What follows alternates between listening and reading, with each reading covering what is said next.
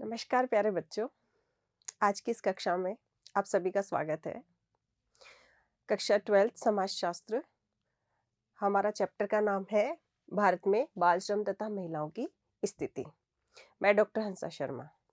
आज हम ये जो अध्याय है 11वां वो शुरू करने वाले हैं।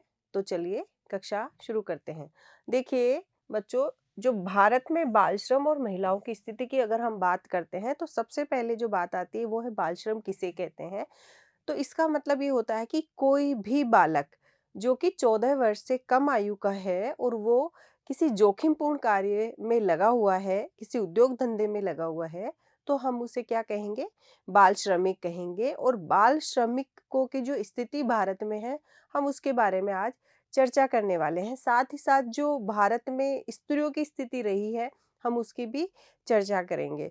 हम पुराने समय से लेकर के, वैदिक काल से लेकर के आधुनिक काल तक की जो स्त्रियों की स्थिति में परिवर्तन आए हैं, स्थितियों में गिरावट आई या अच्छी स्थिति रही, हम उसके बारे में भी आज चर्चा करने वाले हैं इस अध्याय के माध्यम से।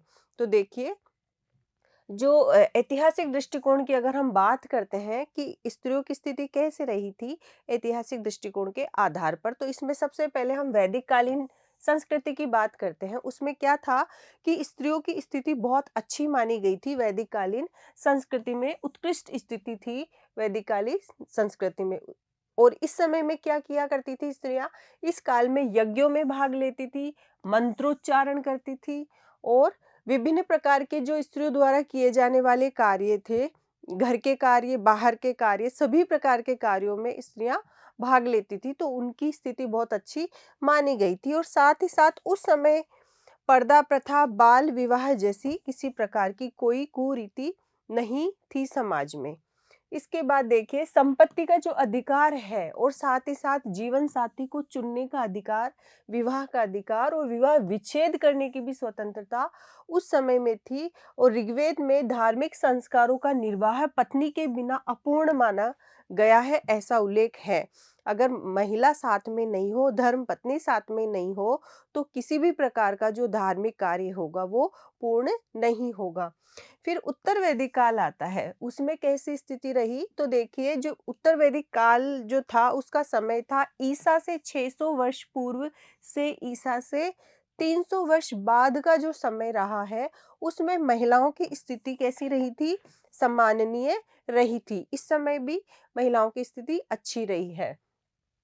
धर्मशास्त्र काव्य में महिलाओं के बारे में क्या लिखा गया है कि भारतीय महिलाओं की परिस्थिति में परिवर्तन का प्रथम चिन्ह है। पहली बार अगर परिवर्तन देखने को मिलता है तो वो किस में देखने को मिलता है? धर्मशास्त्र काव्य में देखने को मिलता है। धर्मशास्त्र काव्य में इसका जो प्रारंभ है समय का, इस काल का, वो है प्रारंभ 3री शताब्दी से लेकर के 11वीं शताब्दी के पूर्वार्ध तक इसका समय निर्धारित किया गया है। फिर आ जाता है मध्यकाल में स्त्रियों की जो स्थिति है उसकी बात हम करते हैं कि यहाँ पर शिक्षा दीक्षा के अधिकार पूर्ण रूप से महिलाओं से छीन लिए गए थे। मध्यकाल का जो समय था, यहीं से देख सकते हैं कि जो शिक्षा दीक्षा का कार्य पहले महिलाओं को दिया गया था, अब उसको बंद कर दिया गया था। उनकी शिक्षा पर रोक लगा दी गई थी और उनके लिए जीवन का एकमात्र उद्देश्य क्या निश्चित कर दिया गया था? सिर्फ सेवा करना, अपने परिवार की सेवा, अपने बच्चों की सेवा, अपने पति की सेवा करना, इस तरह से सभी की सेवा करना ही उनका एकमात्र उद्देश्य निश्चित कर दिया गया था। फिर हम बात करते हैं कि इस काल में रक्त की पवित्रता की संकीर्ण धारणा बन गई थी। इसी वजह से क्या होने लगा? अल्प आयु में ही विवाह हो जाना शुरू हो गया। अल्प आयु मतलब 4 वर्ष या 6 वर्ष में ही जो बालिकाओं का है वो विवाह कर दिया जाने लगा, रक्त की शुद्धता को बनाए रखने के लिए। और इस काल में प्रथम भक्ति आंदोलन रामानुजाचार्य ने चलाया था, जिन्होंने भारत की स्त्रियों के सामाजिक, सांस्कृतिक और धार्मिक जीवन के उत्थान का सूत्रपात किया था। पहला भक्ति आंदोलन किसने चलाया था? रामानुजाचार्य ने। और इन्होंने क्या किया था कि भारत की जो भी स्त्रियां होगी उनकी सामाजिक, सांस्कृतिक और धार्मिक जीवन में किसी भी प्रकार का उत्थान अगर शुरू हो तो वो आंदोलन इन्होंने शुरू किया था। फिर उसके बाद में हम बात करते हैं नानक, मीरा, चैतन्य, तुलसीदास, रामदास, तुकाराम आदि ये जो संत हुए थे, इन्होंने भी क्या किया था कि स्त्रियों के लिए धार्मिक पूजा अर्चना आदि पक्षों के बारे में जोर दिया था कि स्त्रियों को पूजा करनी चाहिए, अर्चना करनी चाहिए, सत्संग करना चाहिए। ये सारे विचारकों ने ऐसा कहा था। अगली बात हम ये करते हैं कि ब्रिटिश काल में स्त्रियों की क्या परिस्थिति रही थी। तो देखिए, इस समय तक भारतीय स्त्रियों पर समस्त प्रकार की निर्योग्यताएं लाद दी गई थी। उनके ऊपर बोझ डाल दिया गया था विभिन्न प्रकार के प्रतिबंधों का। ब्रिटिश काल के दौरान क्या किया गया था, इसमें 1828 में सबसे पहले जो राजा राम मोहन राय थे, उन्होंने क्या किया, ब्रह्म समाज की स्थापना की थी और सती प्रथा का विरोध किया था। जब ब्रिटिश काल आया था तो ब्रिटिश काल में महिलाओं की स्थिति और ज्यादा खराब होने लगी थी और महिलाओं पर विभिन्न प्रकार की अयोग्यताएं डाल दी गई थी। पर्दा प्रथा शुरू हो गई थी, बाल विवाह, सती प्रथा, इस तरह की जो अशिक्षा की भावनाएं, कुरीतियां और डाकन प्रथा, डायन प्रथा, बहुत सारी ऐसी समस्याएं, ऐसी कुरीतियां शुरू हो गई थी समाज में, जिसके लिए महिला को ही उत्तरदायी माना जाता था और महिलाओं पर ही सारे प्रतिबंध लगा दिए गए थे। तो इनके प्रतिबंधों को समाप्त करने के लिए, महिलाओं की स्थिति को समाज में सुधारने के लिए कुछ महत्वपूर्ण समाज सुधारक हुए थे। उनमें ब्रह्म समाज, राजा राम मोहन राय महत्वपूर्ण है। 1828 में इन्होंने क्या किया था, ब्रह्म समाज की स्थापना की थी और राजा राम मोहन राय ने ये कहा था कि जो सती प्रथा है वो गलत है, ये नहीं होना चाहिए। और 1829 में एक कानून बना के इस जो कुरीति थी सती प्रथा की, इसको अवैध करार दे दिया गया था कि ये गलत है। फिर ईश्वर चंद्र विद्यासागर जो थे, इन्होंने क्या किया था, विधवाओं के पुनर्विवाह के बारे में इन्होंने आंदोलन चलाया था और स्त्रियों की शिक्षा के लिए वकालत की।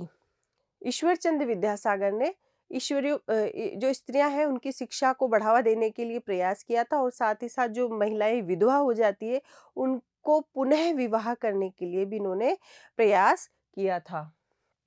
विधवा पुनर्विवाह तथा स्त्रियों की शिक्षा के लिए महर्षि कर्वे ने भी बहुत प्रयास किए थे। महर्षि कर्वे हैं, इन्होंने भी, ये भी एक समाज सुधारक है और इन्होंने भी महिला शिक्षा को बढ़ावा देने के लिए और स्त्री पुनर्विवाह की बात की थी, विधवा पुनर्विवाह की बात की थी। और 1916 में जो महर्षि कर्वे हैं, इन्होंने SNDT विश्वविद्यालय महाराष्ट्र में स्थापित किया था। उसके बाद में बड़ौदा साम्राज्य के जो शासक है, उनका नाम क्या था, सयाजी राव गायकवाड़। उन्होंने बाल विवाह, बहुपत्नी विवाह आदि को रोकने के लिए और स्त्रियों की शिक्षा के अधिकार को बढ़ावा देने के लिए भी बहुत प्रयास किए थे।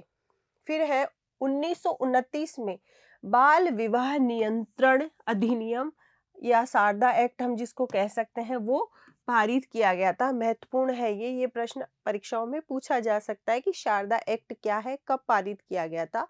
तो ये 1929 की बात है। इस कानून के अनुसार विवाह की न्यूनतम आयु लड़की की 14 वर्ष और लड़के की कितनी निर्धारित की गई थी, 18 वर्ष।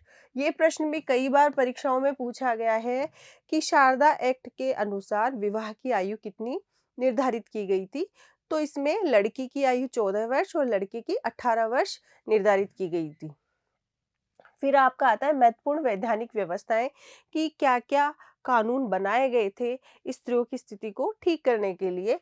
तो हिंदू उत्तराधिकार अधिनियम, ये संशोधन अधिनियम था। ये कब बना था, 1929 में ही ये बनाया गया था। फिर है हिंदू महिलाओं के संपत्ति के अधिकार का अधिनियम, कब बना था, संपत्ति का अधिकार 1937 में इसको बनाया गया था। फिर है हिंदू विवाह अयोग्यता निवारण अधिनियम, 1946 में बनाया गया था। फिर विशेष विवाह अधिनियम 1954 में आया। हिंदू विवाह अधिनियम ये 1955 में आया। दहेज प्रतिबंध अधिनियम 1961 में आया और इसी समय 1961 में ही मातृत्व लाभ का अधिनियम भी आया। फिर है समान पारिश्रमिक अधिनियम 1976 में आया। तो इस तरह से महत्वपूर्ण अधिनियम है, आपको याद करने हैं।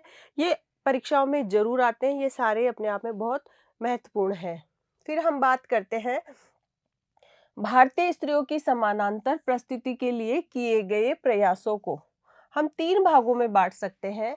इसमें जो पहला प्रयास किया वो महात्मा गांधी का है, फिर स्त्री संगठनों का है और संवैधानिक व्यवस्थाएं हैं। तो इस तरह से प्रयास किए गए थे। तो प्रश्न यहाँ से भी बनता है कि महिलाओं की स्थिति को सुधारने के लिए कौन-कौन से प्रयास किए गए हैं। तो ये देखिए, पहला प्रयास जो था वो महात्मा गांधी द्वारा राष्ट्रीय आंदोलन के अंतर्गत किया गया था और उन्होंने ये कहा था कि जो राष्ट्रीय आंदोलन चल रहे हैं उनमें महिलाओं को भी हिस्सेदारी में भाग लेना चाहिए। फिर स्त्री संगठनों द्वारा भी बहुत सारे सुधार कार्य शुरू किए गए थे। बहुत सारे स्त्री संगठन आए थे जिन्होंने शिक्षा को लेकर के या फिर विभिन्न कुरीतियों, पर्दा प्रथा, बाल विवाह आदि चीजों को लेकर के विरोध किया था। और एक संवैधानिक व्यवस्थाएं जो संविधान द्वारा कानून बनाए गए थे, वो सारी चीजें इसमें आ जाती है। देखिए महात्मा गांधी ने क्या कहा था। महात्मा गांधी राष्ट्रीय कांग्रेस की स्थापना के पश्चात ब्रिटिश सरकार को स्त्रियों की स्थिति में सुधार करने के लिए बार बार एक प्रस्ताव बनाकर भेजते रहे थे। जब उन्होंने कांग्रेस की स्थापना कर दी थी उसके पश्चात में फिर आता राष्ट्रीय आंदोलन में भाग लेने हेतु उन्होंने प्रेरित किया था महिलाओं को कि ज्यादा से ज्यादा महिलाएं राष्ट्रीय आंदोलन में क्या करें, हिस्सेदारी ले। और स्त्री संगठनों द्वारा भी महत्वपूर्ण कई प्रयास किए गए थे, जैसे हम यंग महिला समाज, महिला थियोसॉफिकल सोसाइटी, इन्होंने स्त्रियों के लिए स्थानीय स्तर पर आधुनिक आदर्शों को स्थापित करने का प्रयास किया था। ये दोनों महत्वपूर्ण आंदोलन। फिर है राष्ट्रीय स्तर पर भारत महिला परिषद। ये है राष्ट्रीय स्तर पर, जो कि 1904 में स्त्रियों की मुक्ति के संघर्ष हेतु प्रारंभ हुआ और 1910 में स्थापित भारत स्त्री महामंडल 1917 में एनी बेसेंट ने द्वारा चलाया गया। और फिर इसके द्वारा महिला भारतीय संघ 1925 में लेडी एडवर्डन तथा लेडी ट्रॉस द्वारा 1929 में स्थापित आंदोलन ऑल इंडिया वुमेन कॉन्फ्रेंस, इन सभी संगठनों ने क्या किया था, इन्होंने भी पर्दा प्रथा को, बाल विवाह को और विभिन्न जो बुराइयां फैली हुई थी महिलाओं को लेकर के, उन सबको समाप्त करने के लिए महत्वपूर्ण कार्य किया था। तो ये महत्वपूर्ण जो संगठन है, ये सब महिला सुधार से जुड़े हुए थे। फिर हम बात करते हैं राजस्थान में महिलाओं की स्थिति। तो संविधान के 73वें और 74वें संविधान संशोधन द्वारा, हमने पहले भी ये पढ़ लिया है पंचायती राज में भी, कि जो 73वां और 74वां संविधान संशोधन आया था उसमें अनुसूचित जाति, अनुसूचित जनजाति की जो महिलाएं थी उनको पंचायती राज व्यवस्था में एक निश्चित आरक्षण की व्यवस्था की गई थी। और विवाह वैधानिक आयु लड़की की 18 वर्ष और लड़के की 21 वर्ष निर्धारित कर दी गई थी, आगे चल करके बढ़ा दी गई थी। फिर बाल विवाह निषेध को भी सख्ती से लागू किया गया था और इसके अलावा जन जागृति के माध्यम से राज्य में इसे रोकने का भी प्रयास किया गया, चेष्टा की गई थी बाल विवाह के लिए। दहेज निरोधक अधिनियम लागू किया गया था, घरेलू हिंसा से सुरक्षा की व्यवस्था की गई थी और अधिनियम लागू किया गया। और साथ ही साथ लैंगिक असमानता पर भी रोक लगाई गई। लैंगिक असमानता में स्त्री और पुरुष, लड़का लड़की का जो भेदभाव होता है परिवारों में, उस पर रोक लगाई गई और उस पर भी कानून बनाया गया है। और कन्या भ्रूण हत्या को रोका गया है और साथ ही साथ कठोर कानून बनाए गए हैं कन्या भ्रूण हत्या को लेकर के, जिससे हमारे देश में जो लैंगिक अनुपात है वो बराबर रहे, असमानता ना हो। बालिका शिक्षा को प्रोत्साहन देने के लिए विभिन्न प्रकार की योजनाएं सरकार द्वारा चलाई गई है, शिक्षा को बढ़ावा देने के लिए प्रयास किए जा रहे हैं। और कार्य स्थलों पर यौन उत्पीड़न की रोकथाम के लिए भी विभिन्न कानून बनाए गए हैं। और चिकित्सा स्वास्थ्य की सुविधा भी महिलाओं को मुहैया करवाई गई है, जिससे महिलाओं की सामाजिक, आर्थिक और शारीरिक जो स्वास्थ्य है वो ठीक हो सके, उनकी स्थिति अच्छी हो सके। फिर आता है बाल श्रम के विभिन्न आयाम। हम बाल श्रम की बात करते हैं, हमने महिला स्थिति को हमने पढ़ लिया है। बाल श्रम, तो देखिए इसमें क्या आता है कि संयुक्त राष्ट्र द्वारा बाल श्रम आयोग के अध्यक्ष है होमर फॉक्स। इन्होंने बाल श्रम की एक परिभाषा दी है। किन्होंने? होमर फॉक्स ने दी है बाल श्रम की एक परिभाषा। वो क्या कहते हैं कि बच्चों द्वारा किया जाने वाला कोई भी कार्य जिससे उनके पूर्ण शारीरिक विकास और न्यूनतम वांछित स्तर की शिक्षा के अवसरों या उनके लिए आवश्यक मनोरंजन में बाधा उत्पन्न होती है। जो भी कोई बालक होगा, अगर किसी भी बच्चे को उनके शारीरिक विकास और साथ ही साथ जो शिक्षा का स्तर का अवसर उसे मिलना चाहिए, अगर मनोरंजन जो मिलना चाहिए, इन सब में अगर कोई बाधा पहुंचती है तो ऐसा कार्य क्या कहलाएगा? बाल श्रम कहलाएगा। ऐसा कौन कहते हैं? हॉमर फोक्स कहते हैं, जो कि संयुक्त राष्ट्र बाल श्रम आयोग के क्या रहे हुए हैं? अध्यक्ष रहे हुए हैं। फिर है संयुक्त राष्ट्र संघ के अनुसार आयु जो निर्धारित की गई है बाल श्रम की, वो है 18 वर्ष से कम आयु का अगर कोई श्रमिक है तो वो क्या होगा? बाल श्रम की श्रेणी में आएगा, बाल श्रमिक की श्रेणी में आएगा। और अंतरराष्ट्रीय श्रम संगठन के अनुसार इसकी आयु अलग अलग निर्धारित की गई है। ये क्या कहते हैं कि 16 वर्ष या उससे जो कम आयु का श्रमिक होगा वो बाल श्रमिक की श्रेणी में आएगा। और अमेरिका कानून के अनुसार क्या कहा गया है कि अगर कोई बच्चा 12 वर्ष या कम आयु का हो, तथा इंग्लैंड और अन्य यूरोपीय देशों में ये कहा गया है कि 13 वर्ष या कम आयु का हो तो उसे हम बाल श्रमिक की श्रेणी में रखते हैं। ये अलग अलग देशों ने, अलग अलग संस्थाओं ने बाल श्रमिक की जो आयु है वो अलग अलग प्रकार से निर्धारित की है। उसके बाद हम बात करते हैं भारतीय संविधान के अनुसार 5 से 14 वर्ष के बीच के बालक बालिकाएं जो वैतनिक श्रम करते हैं या श्रम द्वारा पारिवारिक कर्ज चुकाते हैं तो वो बाल श्रमिक कहलाते हैं। ये महत्वपूर्ण है, इसको ध्यान रखना है कि भारत में बाल श्रमिक की आयु क्या निर्धारित की गई है? 14 वर्ष से कम का बच्चा होना चाहिए। कहाँ से शुरू है? 5 वर्ष से लेकर के 14 वर्ष तक की अगर आयु का कोई बालक है और वो क्या करता है? वेतनिक श्रम करता है, पैसा कमाने के लिए कार्य करता है और अपने परिवार के लिए क्या करता है? कर्ज चुकाता है, तो ऐसा बालक जो क्या है, क्या कहलाएगा? बाल श्रमिक कहलाएगा। महत्वपूर्ण परिभाषा है। फिर इसके बाद हम बात करते हैं बाल श्रम का उदय कैसे हुआ। तो देखिए, जो पूंजीवादी वर्ग है उन्होंने क्या किया? न्यूनतम निवेश पर अधिकतम लाभ की मानसिकता के कारण बाल श्रमिक बनने लगे।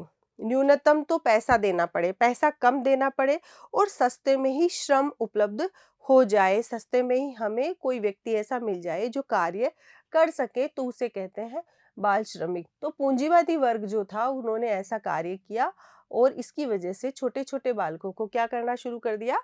कार्य में लगाना शुरू कर दिया। और प्रथम बार 1853 में इंग्लैंड में चार्टिस्ट आंदोलन हुआ था और इसमें ये बात प्रकाशित की गई थी कि छोटे बच्चों को बाल श्रमिक के रूप में काम में ना लगाया जाए। फिर प्रमुख साहित्यकार थे एक जिनका नाम है विक्टर ह्यूगो और साथ ही साथ ऑस्कर वाइल्ड।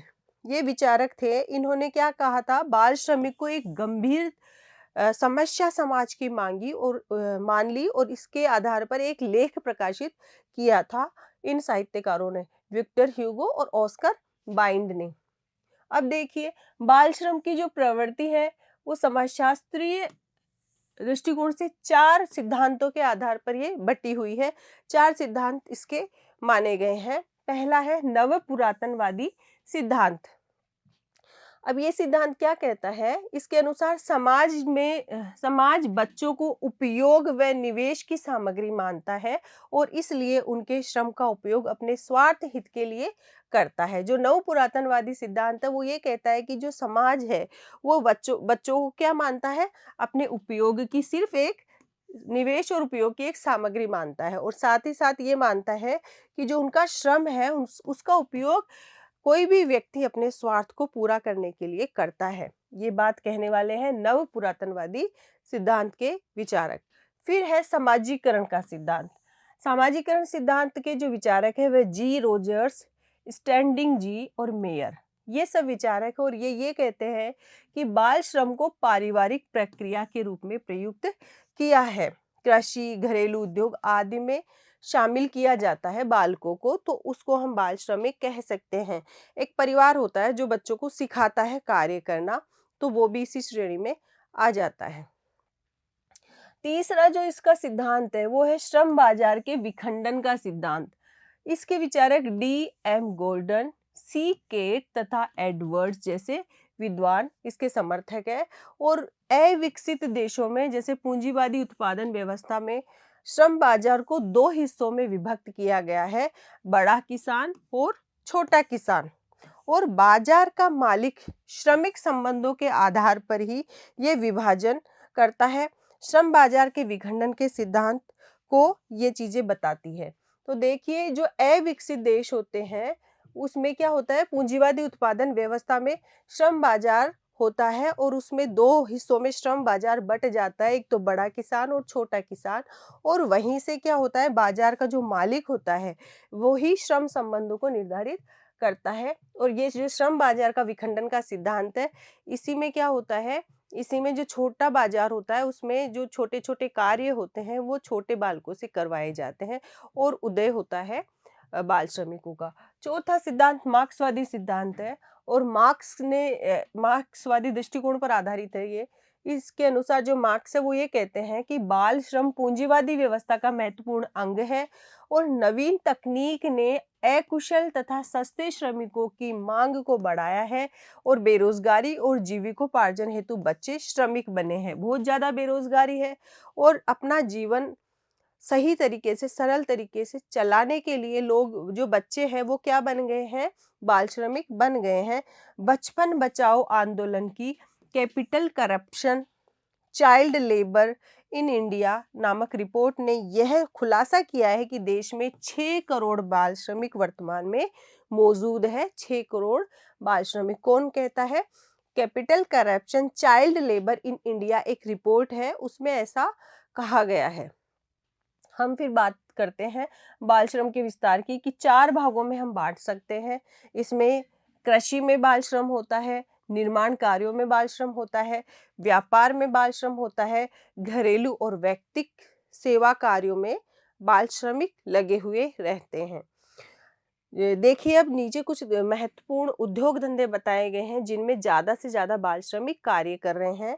जैसे शिवाकाशी तमिलनाडु में दिया सलाई का उद्योग है और इसमें बालकों को लगाया जाता है।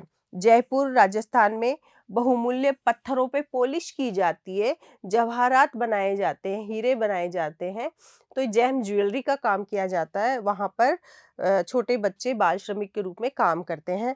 और टाइल्स उद्योग होता है उनमें, जैसे जगमपेट, यहाँ पर एक टाइल्स उद्योग लगा हुआ है आंध्र प्रदेश में, वहाँ बहुत अधिक मात्रा में बाल श्रमिकों को लगाया हुआ है। मत्स्य उद्योग में बाल श्रमिक काम करते हैं। मत्स्य उद्योग सबसे ज्यादा केरल में चलता है। हथकरघा जो उद्योग है, तिरुवनंतपुरम, विरुपुर और कांजीपुरम और चिनालमपट्टी, यहाँ पर हथकरघा उद्योग चलता है, तो इसमें भी बाल श्रमिकों को लगाते हैं। फिर बीड़ी उद्योग कहाँ पर है? त्रिशूर केरल, तिरुचिरापल्ली तमिलनाडु, यहाँ पर भी बाल श्रमिक लगे हुए हैं। कालीन उद्योग यहाँ पर काम करते हैं। कालीन उद्योग कहाँ कहाँ पर है? भदोही, मिर्जापुर पट्टी क्षेत्र उत्तर प्रदेश में और राजस्थान में, जम्मू कश्मीर में, यहाँ पर भी बहुत अधिक मात्रा में बाल श्रमिक कार्य करते हैं। फिर है कांच उद्योग।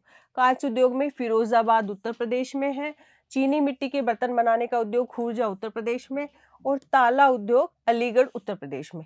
इन सब जगह ही बाल श्रमिक लगे हुए, बाल श्रम का विस्तार हो रहा है इन सभी जगहों पर। फिर देखिए, कारण क्या है जिसकी वजह से बाल श्रमिक बहुत ज्यादा फैल रहा है और हम इसको रोकने के लिए प्रयास कर रहे हैं। तो देखिए, पहला कारण जो है वो है आर्थिक विवशता। आर्थिक विवशता क्या होती है कि जो पारिवारिक आर्थिक स्थिति होती है वो ठीक नहीं होती है, कमजोर होती है।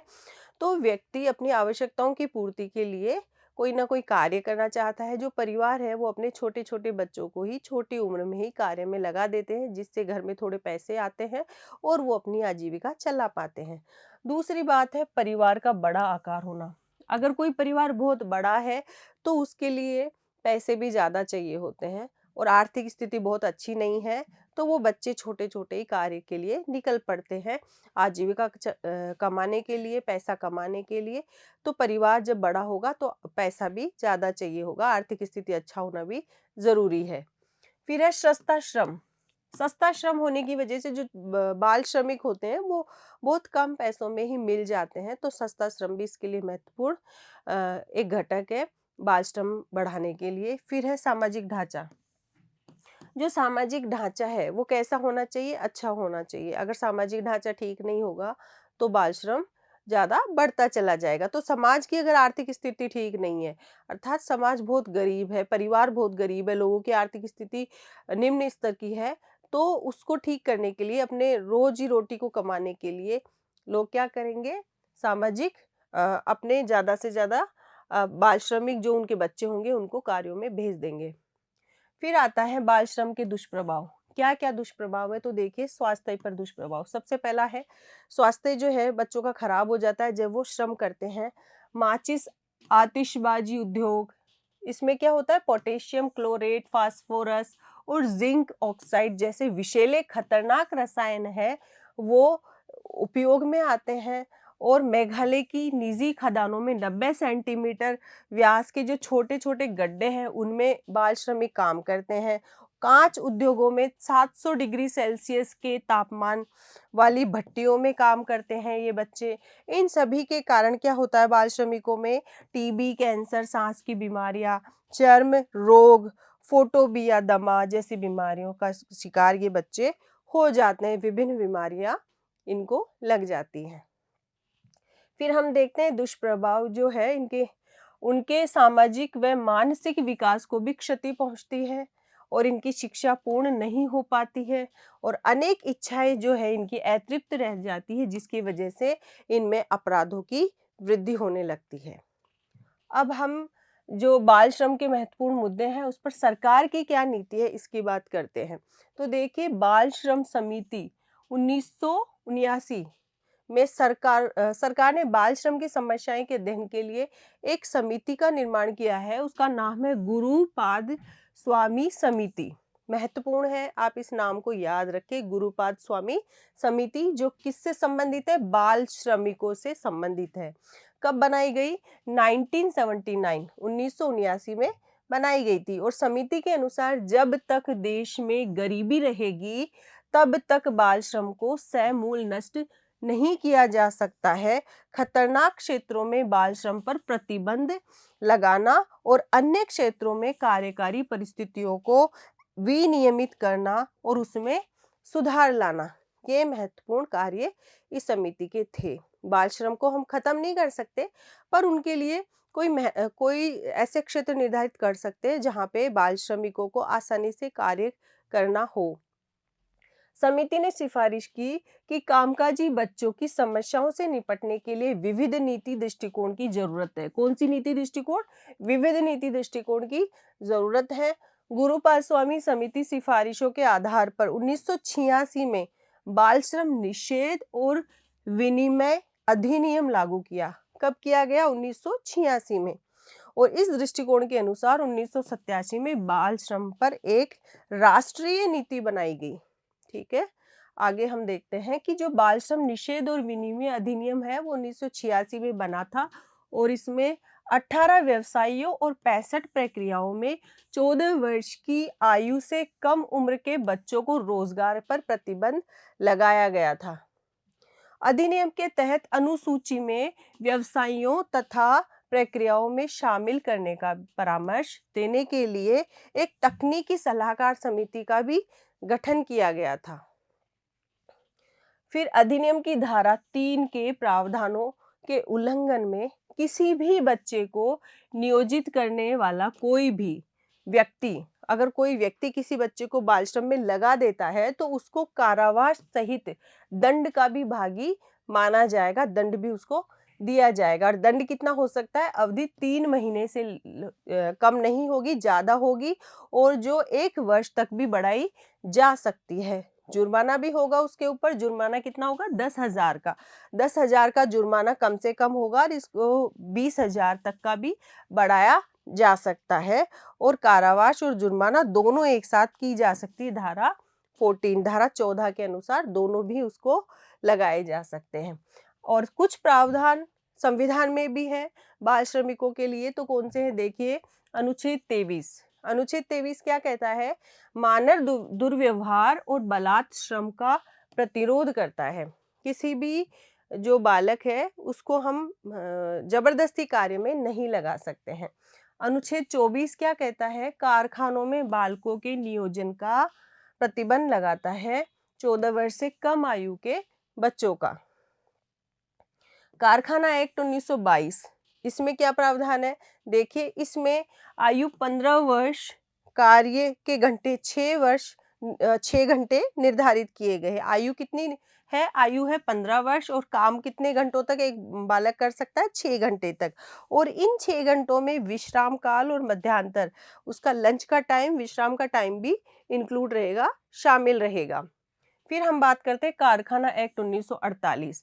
इसमें क्या कहा गया है कि 14 वर्ष आयु के जो काम के घंटे, इसमें कितने माने गए हैं? काम के घंटे तो 4.5 माने गए हैं और साथ में इसमें मध्यांतर का समय भी इंक्लूड है। आधा घंटा मध्यांतर का लगाने के बाद में कुल 5 घंटे तक एक बच्चा जो 14 वर्ष की आयु तक का है वो कार्य करेगा। ऐसा कौन कहता है? कारखाना एक्ट 1948 कहता है। खान एक्ट 1962 में 15 वर्ष की आयु के जो श्रमिक होंगे उनको लगाया जा सकता है। 15 वर्ष से कम आयु के श्रमिकों को नहीं लगा सकते हैं खान एक्ट 1962 के तहत। और भिक्षावृत्ति एक्ट जो है, बागान श्रमिक एक्ट 1951, इसमें आयु 22 वर्ष निर्धारित की गई है। फिर हम बात करते हैं उद्देश्य की। तो ये क्या उद्देश्य इनके? बाल श्रमिक निषेध तथा नियमन अधिनियम 1986, इसके उद्देश्य देखिए कि कुछ रोजगारों में उन बालकों पर काम पर लगाने से रोका जाए जिन्होंने 14 वर्ष की आयु पूरी नहीं की है। कुछ ऐसे खतरनाक कार्य होते हैं जिन पर किसी भी बालक को नहीं लगाया जा सकता है अगर उनकी आयु 14 वर्ष नहीं हुई है। तो कोई भी बालक रात्रि में 7 बजे से 8 बजे के बीच का जो समय होता है उसके बाद में कार्य नहीं करेगा, दिन में ही कार्य पर जाएगा कोई भी बालक। फिर इस अधिनियम में पारिवारिक काम धंधे को मान्यता दी गई है और स्कूल पर आधारित गतिविधियों को छोड़कर बच्चों से निम्न तरह के व्यवसाय में काम करने की मनाही है। कोई भी जो बालक होगा वो अपने पारिवारिक कार्य, साथ ही साथ स्कूल से संबंधित कार्य कर सकता है। स्कूल में भी वो जाएगा, उसके बाद ही कोई कार्य करेगा, विद्यालय नहीं छोड़ सकता है। और रेलवे द्वारा माल या डाक का यातायात करना, रेलवे परिसर में राख में से कोयले के टुकड़े बीनना और राख के गड्ढों की सफाई करना, ये सारे कार्य एक बालक नहीं करेगा। फिर है बाल श्रम निषेध एवं नियमन संशोधन मई 2015। ये क्या कहता है? इसमें बाल श्रम अधिनियम निषेध और नियमन 1986 को संशोधित किया गया था। 2015 में जो आया उसको 1986 वाला बना हुआ था, उसको संशोधित रूप से प्रस्तुत किया गया है। और इस संशोधन के पश्चात बच्चों को सिर्फ जोखिम रहित पारिवारिक उपक्रम, टेलीविजन, सीरियल, फिल्म, विज्ञापन और खेल की गतिविधियों जैसे सर्कस को छोड़ करके अन्य कार्यों में लगाया जा सकता है। ये सारे कार्य ऐसे होंगे जिनमें एक बालक कार्य कर सकता है क्योंकि इसमें कोई जोखिम नहीं होती है, ये स्वयं गतिविधि के कार्य होते हैं। एक शर्त, बच्चों से ये काम स्कूल की अवधि के बाद ही कराए जाएंगे। ये काम कोई भी बालक करेगा, लेकिन ये शर्त रखी गई है कि ये जो सारे कार्य कराए जाएंगे वो कब कराए जाएंगे? स्कूल के बाद में, जब बच्चा फ्री होगा तब ये सारे कार्य कराए जाएंगे। इस तरह से आज हमारा जो 11वां अध्याय है वो पूरा हो चुका है, जिसमें हमने बाल श्रम पढ़ा है और भारत में जो महिलाओं की स्थिति रही है हमने उसके बारे में भी अध्ययन किया है। तो महिलाओं की स्थिति और बाल श्रम के बारे में हमारा जो चैप्टर अध्याय है वो पूरा हो चुका है और मैं आशा करती हूँ कि ये कक्षा आपको समझ आई होगी। इस अध्याय को आप बार बार सुनिए और नोट्स बनाइए और अपनी परीक्षाओं में अच्छे मार्क्स लाइए। इसी उम्मीद के साथ में मैं आज की कक्षा यहीं पर समाप्त करती हूँ। अगली कक्षा जो 12वां चैप्टर है उसको हम पढ़ेंगे। तब तक के लिए धन्यवाद, नमस्कार।